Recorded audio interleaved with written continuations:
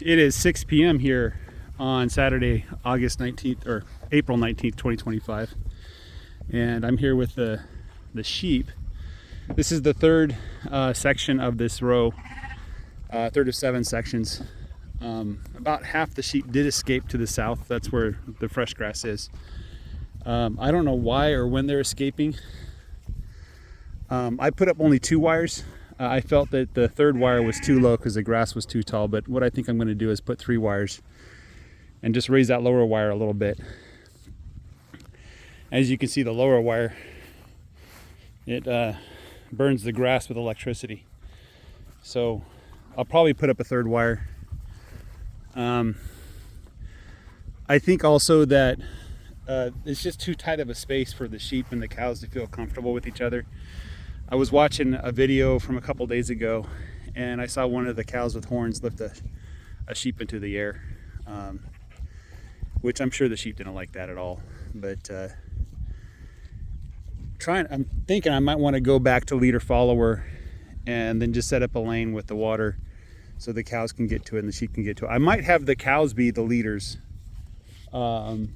and then have the sheep be the followers. I'm more confident the sheep are going to eat the fresh grass and stay off the old grass. The cows are a little lazier, so, and that's might be what I set up. So over time, the sheep area expands until they get the whole row, and the cows are always in about 1 cell size. I've had a lot of good results with keeping the cows and doing back fencing so that the cows are kind of confined to a smaller area.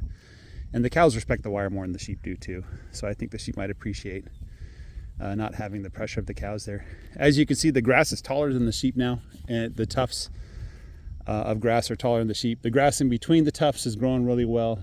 I was looking down the row and I saw even better grass. The longer I can give it to grow, the taller it's going to be, and the more nutritious it is going to be for the animals. So I think I'm at a good clip here. Let me kind of show you what the last area looks like. This is the row they were in previously. They did a good job mowing this. There's just a couple spots that they missed. You can see there's a big tuft of green grass there. Likely there's a paddy in the middle of that. I'm not even going to look. Let's go over here and look at what the first 2 sections looked like.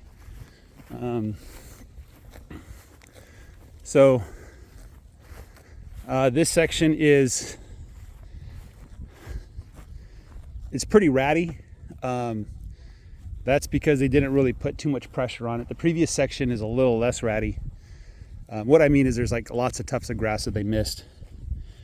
So it looks like it's enough forage.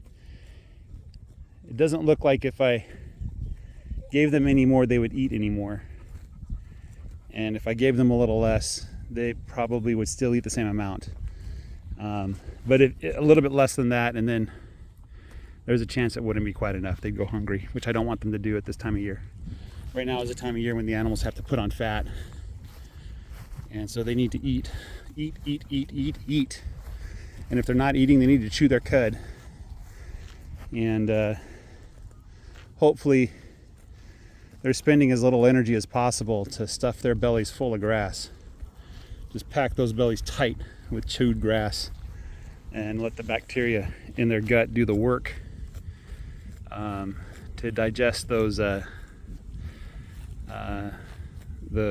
forget what they are, but there's like molecules. I think it's made of starch and some other things in there. And the animals themselves can't break it down, but there's gut bacteria that'll break it down over time. And so they're kind of like massive bioreactors, converting grass into its constituent parts and nutrients, obviously, that comes from the grass. You might wonder why grass-fed beef has yellow fat. That's the beta carotene. It's one of the many nutrients that's in the grass. It's an orange color, but the grass is so green you can barely see it. But oh my goodness, that cow is full. That's what I want to see. Big bellies, big packed bellies full of food. So no calves yet. I expect calves to drop any day. We're about 4 days after when I thought I would see calves. So look at Red, just going to town.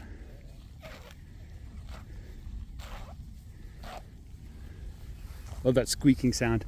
They don't have teeth on the top, in the front there. They just have teeth on the bottom front, on the bottom front. And so what they do is they use their tongues. The cows use their tongues to grab a bunch of grass, and then they use their teeth to cut it by applying pressure against the top of their mouth. Now the sheep, they do a little different. The sheep aren't using their tongues to eat. They use their mouth more like you would think. More like you would use your mouth if you only had bottom teeth, in the front there. But the cows are using their tongue a lot. They like to wrap around long stalks of grass, pack it in their mouth, chew and swallow. So, but the sheep like to grind it up a little better. And I believe that the cows, if they eat some plants that have some seeds on it, the cows will not destroy the seeds. So the seeds will get a nice incubation period in their stomach. And then when it comes out the other end, it'll be planted in like ideal planting conditions for that type of seed. Whereas the sheep, they'll actually grind up the seeds and free the nutrients that are inside that seed and get a little bit of extra energy, And one more comment, this part of the pasture, the grass is pretty thick, it's pretty nice. It's a little more yellow than I'd like.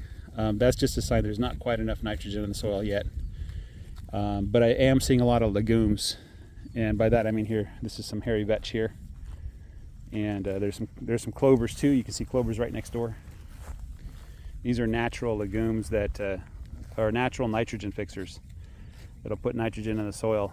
And when the pasture finally figures out what the right balance is and everything's kind of firing on all cylinders, hopefully we'll see the grass turn deep green, the color that people like to see.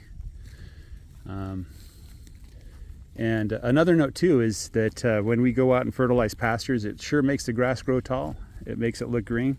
The problem is that fertilizer is not only damaging the soil, but it favors one biological process over another. And so the end result is that the grass does grow strong and tall, or at least grows tall and dark green, but it doesn't have the secondary things that are supposed to protect it from insects and other things. And so when the animals come to graze on it, it's like eating sugar. There's just no nutrition in there. So yeah, I don't think the sheep and the cows get along. The cows are pushing them around, and the sheep they have to keep one eye on the cows. And so in a tight area like this, they're probably not having a lot of fun at all. Yeah. I don't know if the sheep do this, but I've seen the cows like push other cows. Like if there's a good forage spot, the cows will push the other cows out of the way.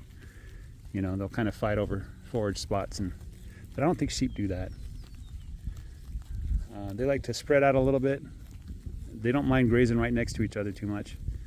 So anyway, guys, I'm just wasting your time now. I don't think there's anything else to add unless you just like watching sheep eat grass. So yeah, I'm going to start thinking about separating, because I don't think they get along, and I don't think the sheep are happy being with the cows. So probably have the cows be in the lead because they have little babies that are about to be born, and the sheep follow. And so the sheep will clean up what the cows miss, and the cows will get fresh pasture with no sheep manure on it. So anyway, guys, you have a great day. Take care and bye-bye.